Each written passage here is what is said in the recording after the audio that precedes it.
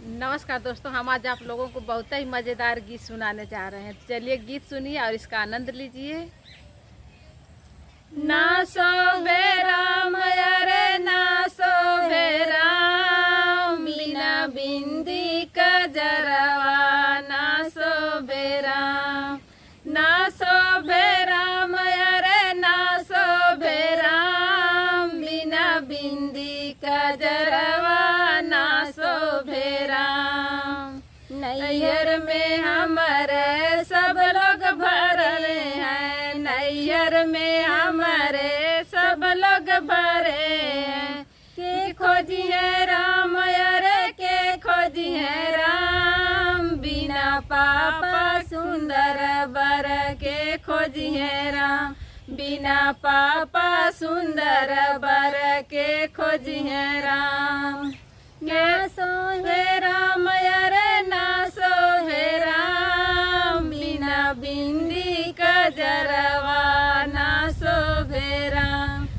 ना सोहे राम अरे ना सोहे राम, बिना बिंदी कजरवा ना सोहे राम।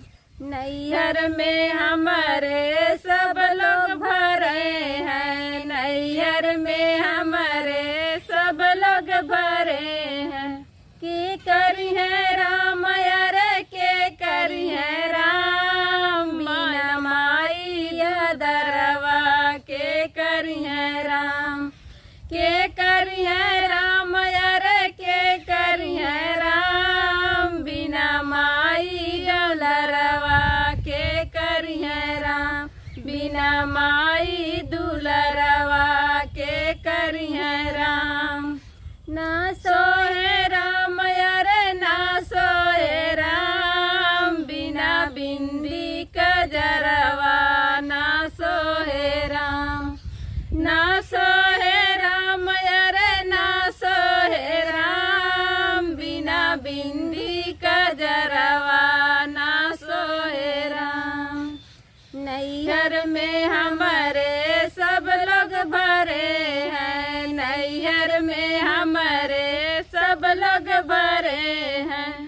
के डरी है राम अरे के डरी है राम, बिना भैया ओ हरवा के डरी है राम। बिना भैया ओ हरवा के डरी है राम।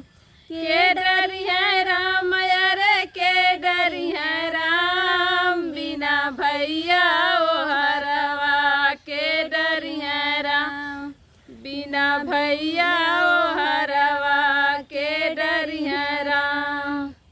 ना सोहे राम अरे ना सोहे राम, बिना बिंदी कजरवा ना सोहे राम।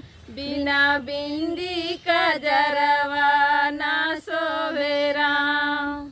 नैहर में हमारे सब लोग भरे हैं, नैहर में हमारे सब लोग भरे हैं। के करिए राम अरे के करिए राम, बिना भाभी सिंगरवा के करिए राम।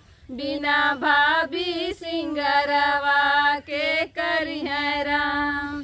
के करिए राम अरे के करिए राम, बिना भाभी सिंगरवा के करिए राम।